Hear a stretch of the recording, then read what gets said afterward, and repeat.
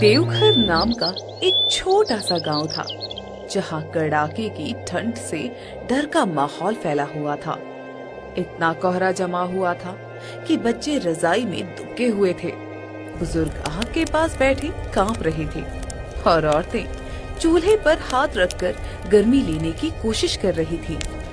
लेकिन इस ठंड ने सबसे ज्यादा असर किया गांव की चाय की दुकान पर। दुकान के सामने आग जलाई थी। उस आग के चारों ओर लगभग 2-4 लोग जमा थे, जैसे आग ही उनका भगवान हो।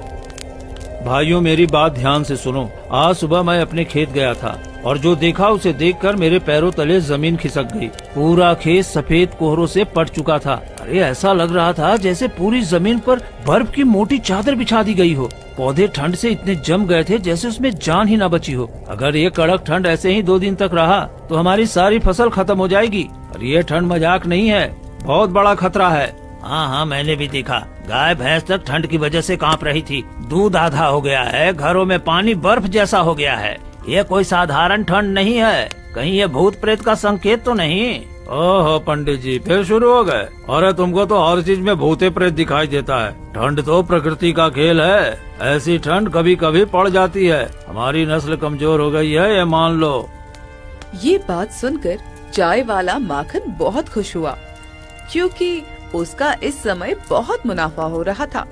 ठंड में उसी से लोग चाय पीते थे। लो भैया, चाय पी लो, लेकिन सुन लो, जो उधारी है पहले उसको चुकाओ। आजकल ठंड में लोग चाय पी करके चले जाते हैं, फिर पूछने पर सब बोलते हैं पैसा बाद में देंगे, पर कोई देता नहीं है। मैं कोई दान घर नहीं चलाता। अबे माखन, ऐसे समय में पैसा कर रहा है? 10 रुपए की चाय है, दे भी दिया कर। अरे इतनी ठंड है, हाथ पैर काम नहीं करते हैं और तू पैसे कमाने की फिराक में लगे रहते हो।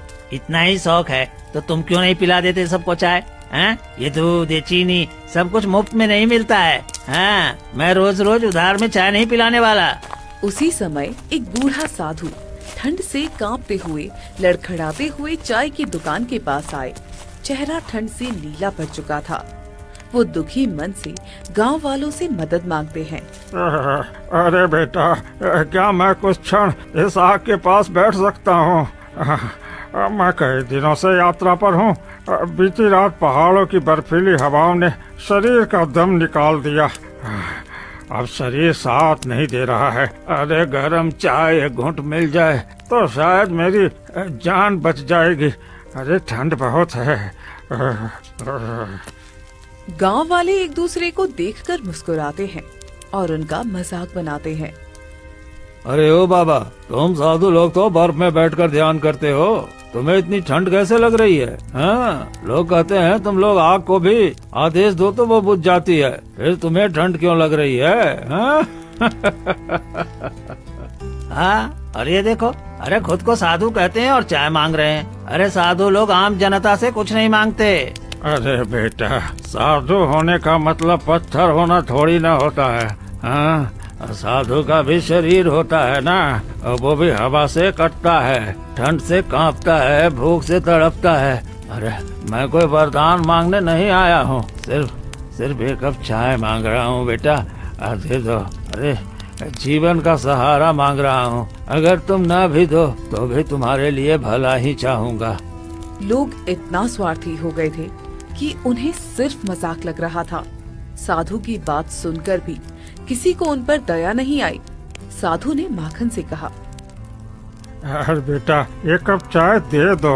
देखो बाबा, सीधी बात है, मैं दान नहीं करता, मैं मेहनत से कमाता हूँ। मेरी चाय मुफ्त में नहीं मिलती। अगर तुम चाय पीना चाहते हो तो पैसे दो। मेरी दुकान पैसों से चलती है बाबा, दुआओं से नहीं।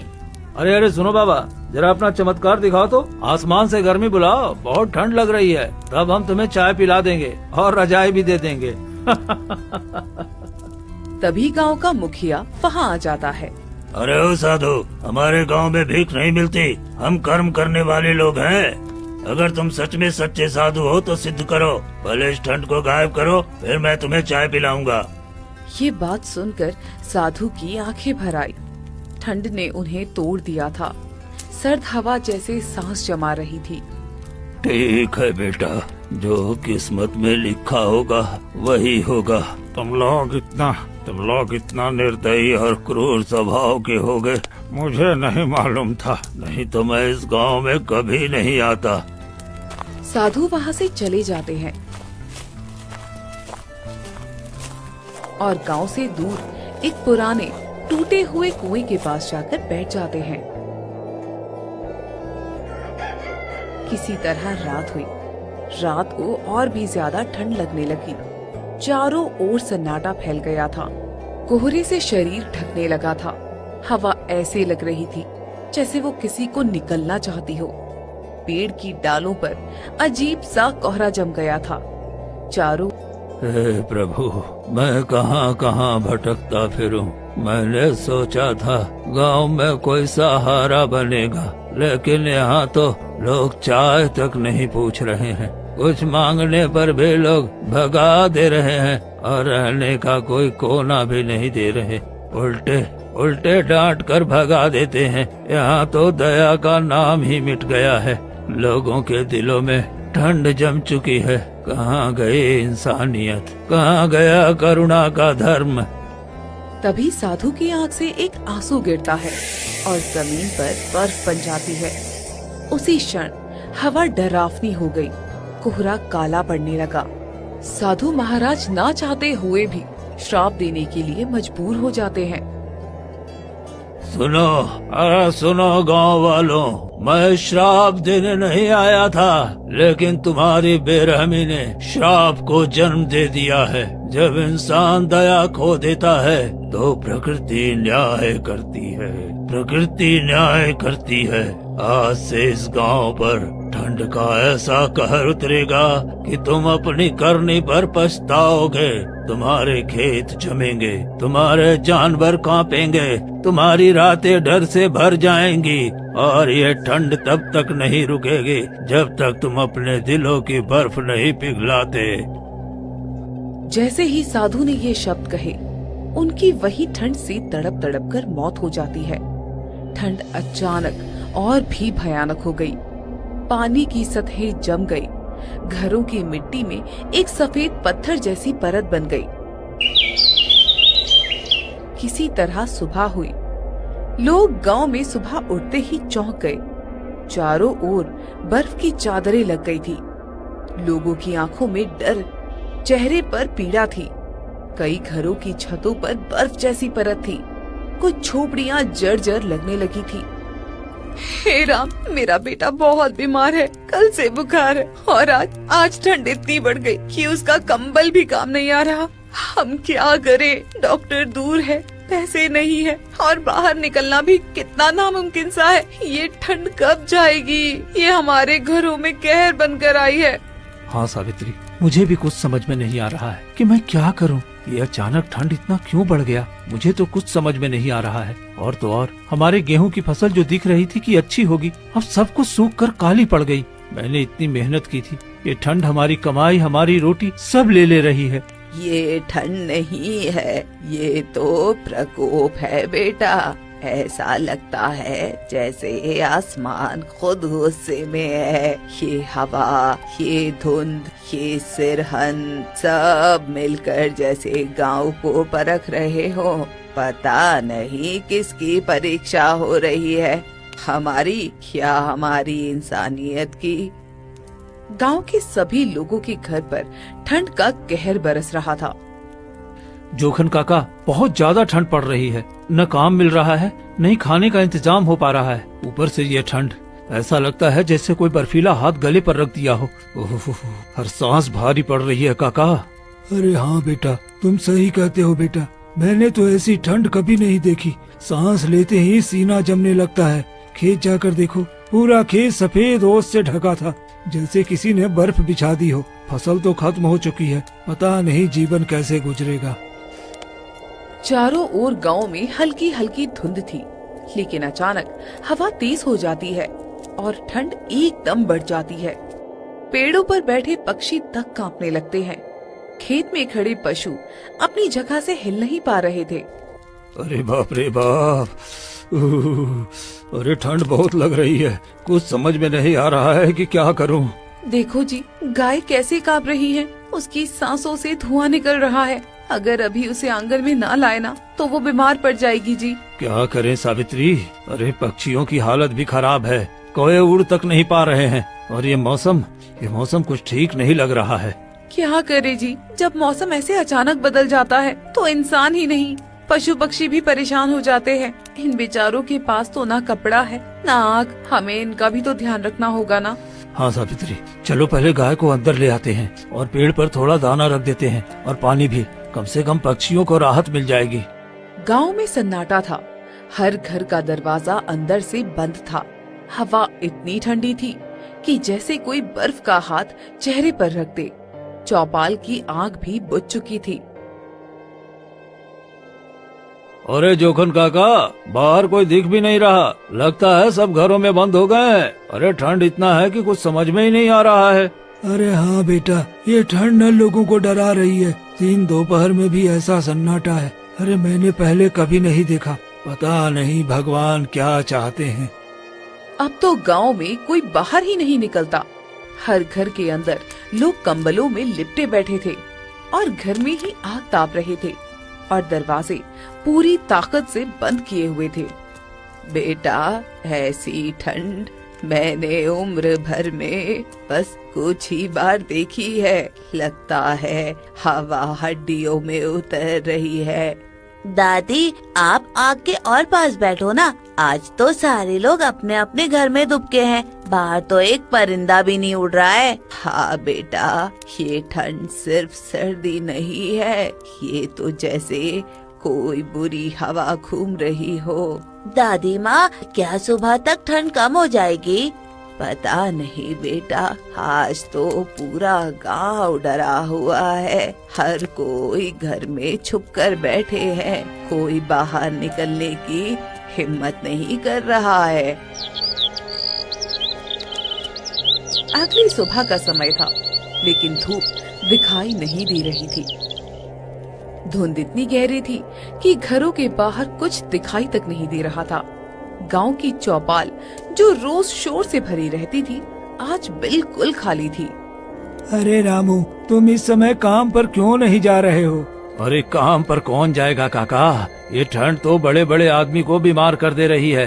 सब अपने घरों में दुबके हुए हैं, यहाँ तक कि जानवर भी बाहर नहीं आ रहे हैं। और तो और मेरी बूढ़ी माँ का भी इस ठंड से तबीयत खराब हो गई है और मेरे पास इतना पैसा भी नहीं है कि मैं उनका इलाज करवा पाऊँ। हाँ हाँ बेटा, मैंने भी देखा है, गांव में सभी लोग बीमार हो रहे हैं। ठंड ही इतना ज्यादा है कि अब लकड़ी का भी इंतजाम नहीं हो पा रहा है। सच कहूँ रामू, ऐसा लग रहा है जैसे पूरा गांव जम गया हो। अरे लोग डर गए हैं, इस ठंड ने सबको अपने घरों में छुपा दिया है। तभी रामू का बेटा कांपते हुए रामू के पास आता है और रोते हुए बोला, पिताजी, दादी जी की तबीयत बहुत खराब है, जल्दी से घर चलो ना, उन्हें बहुत जोर जोर की ठंड लग गई है। अरे बेटा गोलू, तुम्हें इतनी ठंड में घर से बाहर नहीं निकलना चाहिए था। अरे तुम किसी और से कह देते, मैं घर आ जाता। रामू जल्दी से घर आता है और अपनी माँ की हालत देखकर बहुत चिंतित होता है। माँ तुम चिंता मत करो, मैं अभी डॉक्टर को बुलाता हूँ, तुम्हें कुछ नहीं होने दूंगा। बेटा, मुझे बहुत जोर की ठंड लग रही है। इस कंबल में जरा भी ठंडा नहीं रुक रहा है और ये आग की गर्मी अब मेरे शरीर में नहीं लग रही है। मुझे थोड़ी सी चाय पिला दो तो शायद थोड़ी राहत मिले। ठीक है माँ, मैं अभी चाय लाता हूँ। सावित्री, जरा माँ के लिए चाय बना दो, चाय पीकर शायद माँ के शरीर में कुछ गर्माहट आ जाए। अजी, चाय कहाँ से बनाऊं? घर में चीनी का एक दाना भी नहीं है, तो चाय कहाँ से बनाऊं? और तो और घर में एक पैसा भी नहीं है। आप कई दिनों से काम पर भी तो नहीं जा रहे हैं ना, तो पैसे कहाँ से आएंगे? ये बात सुनकर रामू बहुत दुखी हुआ। ठीक है, तुम चिंता मत करो, मैं अभी माखन की दुकान से चाय लेकर आता हूँ। लेकिन आपके पास एक भी पैसा नहीं है। आप उसके पास जाएं तो पैसा लेकर ही जाना, नहीं तो वो इतना स्वार्थी किस्म का आदमी है कि वो आपका बिना पैसे के चाय नहीं देगा और वो अपने दुकान से आपको भगा भी देगा। अरे सावित्री, ऐसी बात नहीं है, वो भी तो इंसान ही है, वो ऐसी हालत में चाय जरूर देगा। इतना कहकर रामू घर से निकल जाता है और कुछ ही देर में माखन की दुकान पर पहुंच जाता है। माखन भाई, जरा एक कप चाय दे दोगे? माँ बहुत बीमार है, ठंड से कांप रही है, उनके लिए ले जाना है। देख भाई, तेरे पास तो पैसे है नहीं। मुझे तुम्हारी हालत देखकर नहीं लग रहा कि तुम्हारे पास पैसे होंगे। नहीं भाई, आज नहीं है, लेकिन माँ बहुत बीमार है, उसे चाय की बहुत जरूरत है। उसे ठंड लग गई है भाई, बस एक कप चाय दे दो, मैं शाम को मजदूरी मिलते ही पैसे दे दूंगा। मुझे तेरी मजबूरी से मतलब नहीं है भाई, यहाँ उधार नहीं चलता, समझा? भाई ठंड बहुत तेज है, माँ की सांसें तक अटक रही है, चाय से शायद गर्मी मिल जाए, दया कर दो भाई। दया? अरे मेरे पास दया बेचने की दुकान थोड़ी ना है, पैसे ला वरना निकल। ए माखन भाई, माँ सच में बहुत बुरी हालत में है भाई, एक कप चाय से आपका क्या बिगड़ जाएगा भाई? मेरा बिगड़ जाएगा भाई, लोग देखेंगे तो सब मुफ्त की चाय मांगने लगेंगे। अब चल हट, हट रास्ते से। ठीक है भाई, गरीब की मजबूरी आपको दिखाई नहीं देती, पर ऊपर वाला सब देखता है। हाँ हाँ, जा जा, यहाँ से दूर हो, मुफ्तखोरों से सिर दर्द होता, मुफ्तखोरों से सिर दर्द होता है मेरा। हे भगवान, माँ के लिए एक कप चाय भी नसीब नहीं है, कैसी ठंडी दुनिया हो गई है। रामू तेज कदमों से घर पहुंचता है। अंदर जाते ही उसकी माँ पर उसकी नजर पड़ती है। वो तेजी से कांप रही थी, सांसें फट फट कर चल रही थी। माँ, ये क्या हालत हो गई है आपकी? उठो न माँ, उठो न, कुछ बोलो न माँ। माँ जी को बहुत देर से बुला रही हूँ जी, लेकिन ये तो कुछ बोल ही नहीं रही हैं। रामू के हाथ पैर कांप गए। उसे समझ आ गया था कि अब सिर्फ चाय से काम नहीं चलेगा, डॉक्टर की तुरंत जरूरत है। रुको सावित्री, मैं अभी डॉक्टर को लेकर आता हूँ, तब तक तुम माँ का ख्याल रखो। हाँ जी, लेकिन डॉक्टर को बुलाने के लिए पैसे कहाँ से आएंगे? हमारे पास तो एक फूटी कौड़ी भी नहीं है। हाँ सावित्री, मुझे मालूम है, लेकिन मैं कोई न कोई उपाय जरूर करूँगा। मैं अपनी माँ को ऐसे नहीं छोड़ सकता। रामू ठंड में भागता हुआ गांव के मुखिया के बड़े से घर में पहुंचता है। मुखिया जी, मेरी माँ बहुत बीमार है, मुझे डॉक्टर को बुलाने जाना है, पर मेरे पास पैसे नहीं है, जरा थोड़ा सा कर्ज दे दीजिए मुखिया जी। अच्छा अच्छा, कर्ज चाहिए, पर बिना किसी गारंटी के मैं तुम्हें कर्ज क्यों दूं? मुखिया जी, मेरे पास बस छोटा सा खेत है, माँ की जान बच जाएगी तो मजदूरी करके सारा पैसा लौटा दूंगा। अच्छा अच्छा, तो खेत गिरवी रख दो, फिर दे दूंगा पैसे, वरना ऐसे तो नहीं दूंगा भाई। मुखिया जी, वो खेत ही हमारी रोजी रोटी है, पर माँ की जान उससे भी बढ़कर है। ठीक है, खेत गिरवी रख लीजिए। चल ठीक है, इस कागज पर अंगूठा लगा दे, खेत अब मेरे पास गिरवी रहेगा, लेकिन याद रखना, समय पर पैसे नहीं लौटाए तो खेत मेरा ही रहेगा। ठीक है मुखिया जी। मुखिया के चेहरे पर लालच भरी जीत चमक रही थी। रामू फौरन डॉक्टर को बुलाने के लिए दौड़ पड़ता है। उसके पैरों में दर्द था, पर दिल में सिर्फ एक ही बात, माँ को बचाना है। माँ माँ माँ, मैं आ गया माँ, उठो ना माँ, मैं डॉक्टर साहब को लेकर आया हूँ माँ। रामू की आवाज अचानक रुक जाती है। कोने में पड़ी उसकी बूढ़ी माँ हिल भी नहीं रही थी। उनकी सांसों की धीमी सी धुन भी अब नहीं थी। माँ, माँ सुन रही हो ना? देखो ना माँ, मैं आ गया हूँ माँ, उठो ना माँ। डॉक्टर उन्हें देखता है, मगर हाथ बर्फ जैसा ठंडा हो गया था, बिल्कुल पत्थर की तरह। रामू, तुम्हारी माँ अब इस दुनिया में नहीं रही, ठंड ने तुम्हारी माँ की जान ले ली। इतना सुनते ही पूरे परिवार का रो रो कर बुरा हाल हो गया। जैसे तैसे वो अपनी माँ का अंतिम संस्कार करता है। कुछ दिन इसी तरह बीतते हैं और ठंड से लोग मरने लगते हैं। पूरे गांव में हाहाकार मच जाता है। तभी एक दिन मुखिया फूट फूट कर रोने लगता है, क्योंकि उसकी पत्नी की ठंड से मौत हो जाती है। नहीं नहीं, ये नहीं हो सकता, मेरी पत्नी ऐसे कैसे चली गई? अचानक मुखिया के दिमाग में पुराने शब्द गूंजने लगते हैं। लगता है ये साधु का श्राप है, वही श्राप जिस पर मैंने हंस दिया था। मैंने उन्हें भगा दिया, भोजन तक नहीं दिया। मैंने पाप किया, पाप। एक भूखे ठंडे साधु को दुत्कार दिया। अब भगवान ये सजा मुझे दे रहा है। मैंने लोगों का हक मारा, लालच किया, गरीबों को सताया।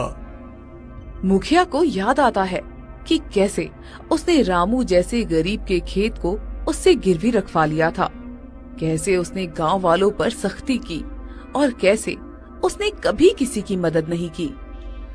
नहीं, मैं साधु को ढूंढूंगा, माफी मांगूंगा, अपने पाप धोऊंगा। अगर वो माफ कर दे, शायद गांव को भी ठंड के इस कहर से राहत मिल जाए।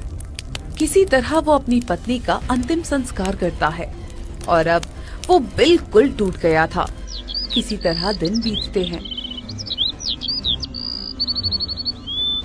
और एक दिन अचानक माखन के घर में आग लग जाने से उसका पूरा घर जल जाता है। ओ भगवान, मेरा सब कुछ जल गया। मेरी दुकान, मेरा घर, मेरा सामान सब खत्म हो गया।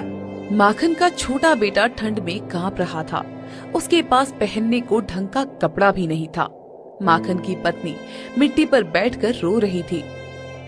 अब हम कहाँ जाएंगे जी? बच्चों को कैसे बचाएंगे? ठंड बढ़ रही है। अरे हाँ, मेरे पास तो अब कुछ नहीं बचा। अब मैं क्या करूँ, कुछ समझ में नहीं आ रहा। ठंड बहुत तेज थी, हवा चुभ रही थी। माखन का बेटा कांप रहा था, उसकी पत्नी सिसक रही थी और माखन टूट चुका था। इसी बीच रामू वहाँ आता है। वो अचानक रुक जाता है। आग और माखन की हालत देखकर उसकी आंखें फैल जाती हैं। माखन भाई, ये क्या हो गया? अरे रामू, सब खत्म हो गया, सब खत्म हो गया। मेरे बच्चे ठंड से कांप रहे हैं, मेरी पत्नी रो रही है और मैं कुछ नहीं कर पा रहा हूँ। भाई हिम्मत रखो, सब ठीक हो जाएगा। माखन रामू की ओर ऐसे देखता है जैसे उसे एक ही पल में सब याद आ गया हो। वही रामू जिसे उसने एक कप चाय तक नहीं दी थी। वही रामू जो अपनी बीमार माँ के लिए दया मांगता रहा और आज वही रामू उसके सामने खड़ा है बिना नाराजगी के। अरे रामू, मैं बहुत बुरा आदमी था, बहुत बुरा आदमी। मैंने तेरी माँ को, तुझे, सबको दुत्कारा, एक कप चाय भी नहीं दी। हर साधु बाबा को तो मैंने एक कप चाय तक नहीं दिया इतनी ठंड में, और उन्हें अपमानित करके भगा दिया। हम गांव वालों पर उन्हीं का श्राप लगा है। देखो, आज मेरा घर जल गया, मेरे बच्चे ठंड से कांप रहे हैं। ये सब मेरे कर्मों की सजा है रामू, मेरे कर्मों की सजा। भाई आपने गलत किया, पर अभी भी वक्त है सुधरने का। मुझे माफ कर दे रामू, मैंने तेरी मजबूरी नहीं समझी, तेरी माँ की हालत नहीं समझी। आज मेरी हालत तेरी जैसी हो गई है। मुझे समझ में आ गया रामू कि दया न करने वाला आदमी कभी सुखी नहीं रह सकता, कभी सुखी नहीं रह सकता। माखन पहली बार अपने कर्मों को सच में समझ रहा था और पहली बार उसके दिल में इंसानियत की आग जली थी, जो उसके घर की आग से कहीं ज्यादा गर्म थी।